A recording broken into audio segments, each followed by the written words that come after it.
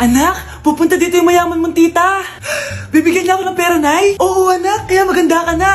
Sige po, Nay. Yes, magkakapera na ako. A few moments later. Hi, Mare. Uy, Mare, pasok ka. Hello po, tita. Ang laki na ng anak mo, Mare. Wow, tita, ang ganda mo at ang sexy mo pa. Talaga? At dahil dyan, may 5,000 pesos ka. Thank you po, tita. Oo nga, Mare, ang ganda ng damit mo. Gusto mo din ng pera? Oh, ang ganda din ng buhok mo, Mare. Ito pa. Ang bango-bango mo din, Mare. Ito pa. Ang pogi naman ng anak mo, Mare. Siyempre, mana sa akin. At bibigyan ko ng 1 million pesos at house and lot kung sino man ang mapapangasawa ng anak ko. Talaga ba, Mare? Anak, halika nga dito. Narinig mo ba yan, anak? Tsuhain mo rin anak niya. Magkasibi ka naman dito. Sige po, Nay. Ang gwapo mo naman. Pwede ba kitang tsuhain? Ayoko! Tingnan mo nga itsura mo. Ang pangit mo.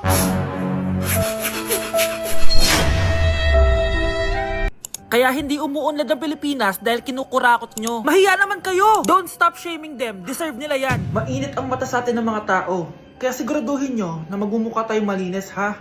Dad! Alam na nilang lahat!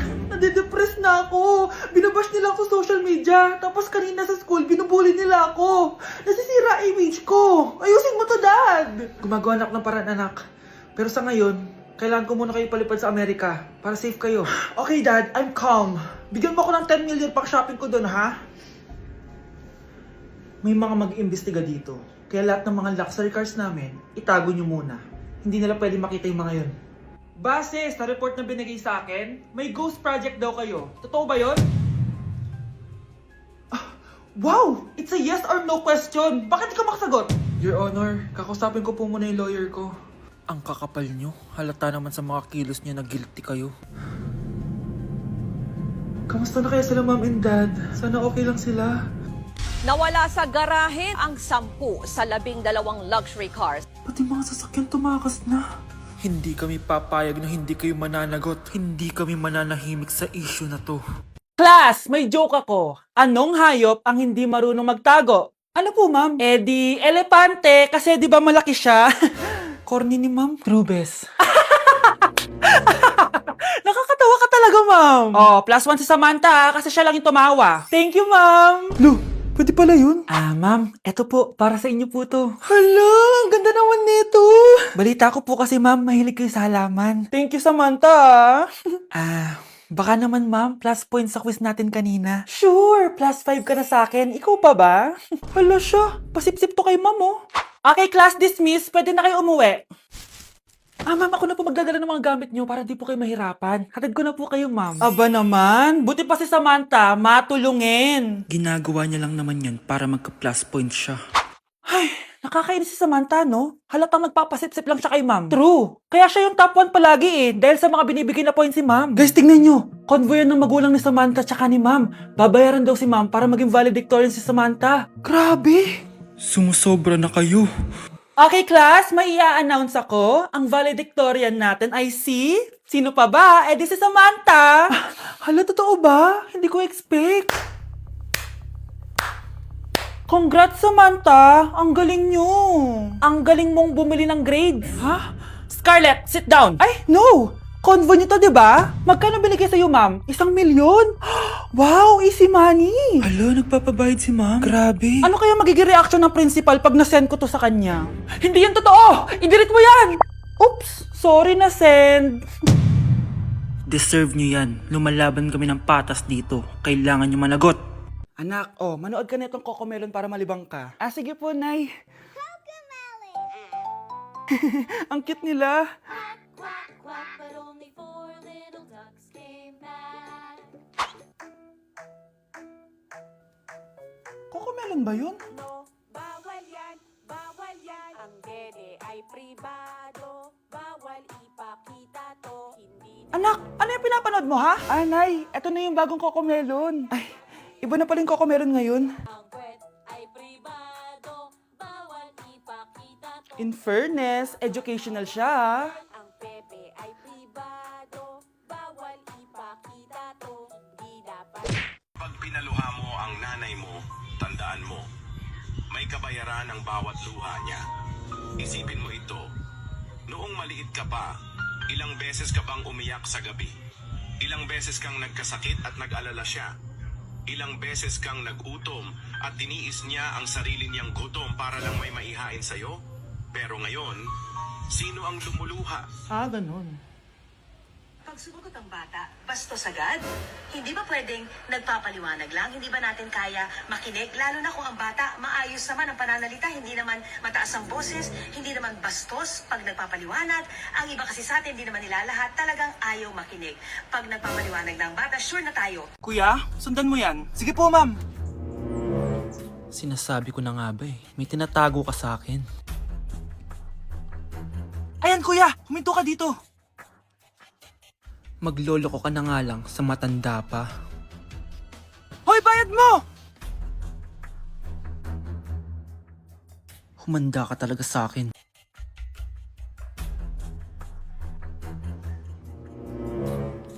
Ang sweet niyo naman. May paregalo ka pa, ha?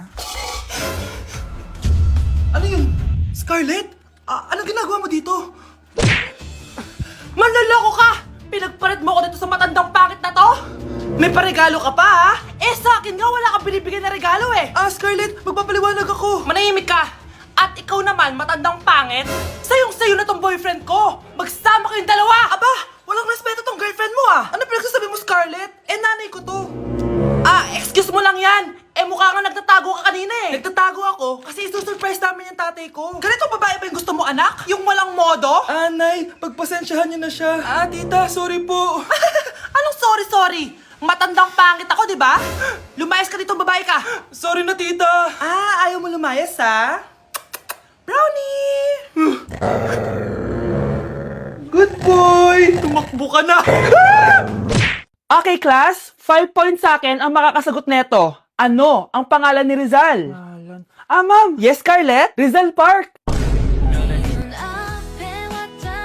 Anong Rizal Park? Jose Rizal yon. Diyos ko, mga bata ngayon. Siya ang pambansang... Ma'am, siya ang pambansang opa.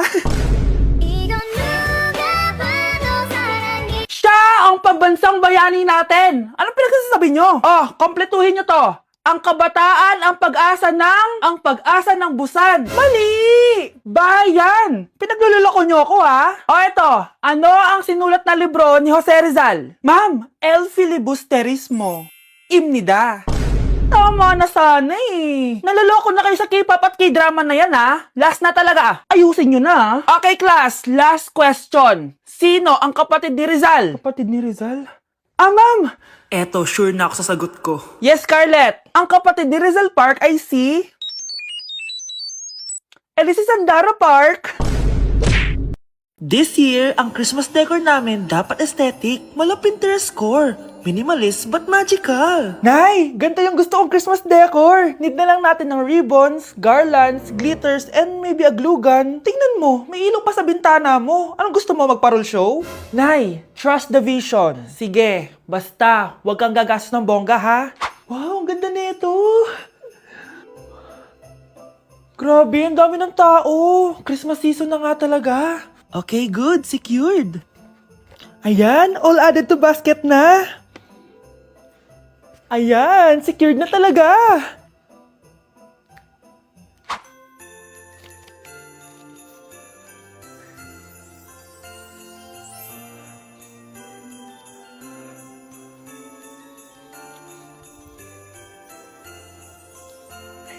Anak, paubos na yung ribbon, no? Eto, ribbon ng cake. Same color naman, Pwede na yan. Nay, masisira yung team. Magkaiba yung sukat, oh.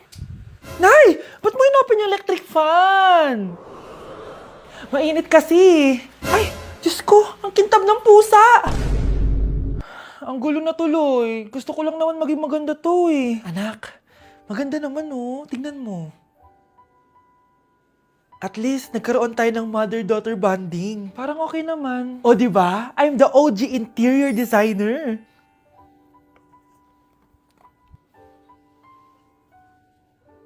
Hindi siya nagmukhang pang Pinterest dahil mas maganda yung ginawa namin.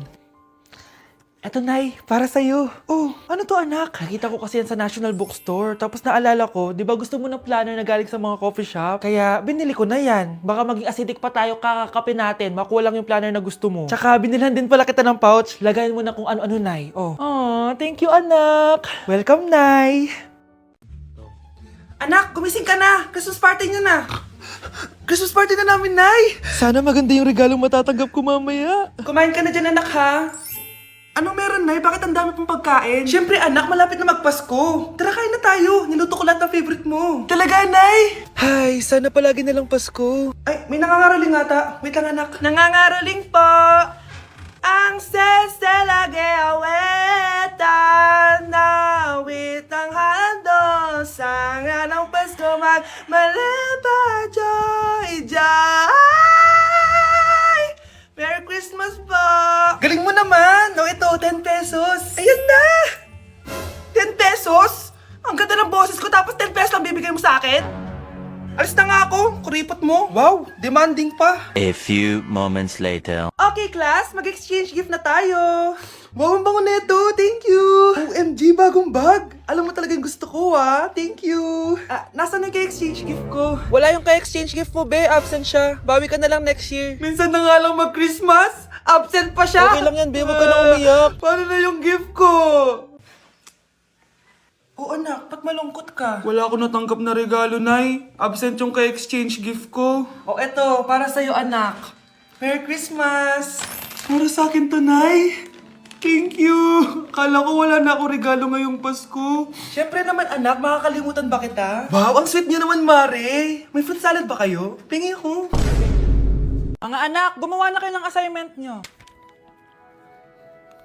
Aba, anong nakain ng mga to? Himala hindi nagsa-cellphone. Gusto kasi namin ng mataas na grades, Nay. True, Nay. At dahil dyan, deserve nyo ng ganito. Wow! Hashtag small wins! Mga anak, kain na! Ngayon, nakabili na ako ng bagong phone. Tagal ko din pinag-ipunan to, Nay, nakapasa kami sa defense namin. Makakatulog na ako ng maayos. Aba, parang kaya nyo na nang wala ako, Joke! O eto, reward ko sa inyo. Gutom na gutom?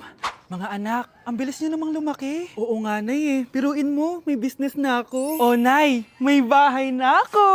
Sobrang proud ako sa inyong mga anak. Proud din kami sa'yo, Nay. Kami naman na malilibre sa'yo na Super Meals. Grabe, ang sarap talaga mag-celebrate with Jollibee Super Meals, no? Ito ang pinaka-rewarding for me dahil andito ang best tasting favorites ko in one special plate. Tama, Nay! Tingnan mo naman tong Super Meal B. May Chicken Joy, half spaghetti. At may fries, rice, at drinks pa. Ikaw, ano ang recent wins mo? Huwag mo kalimutan na hashtag superdeserve mo din ng reward para sa sarili mo.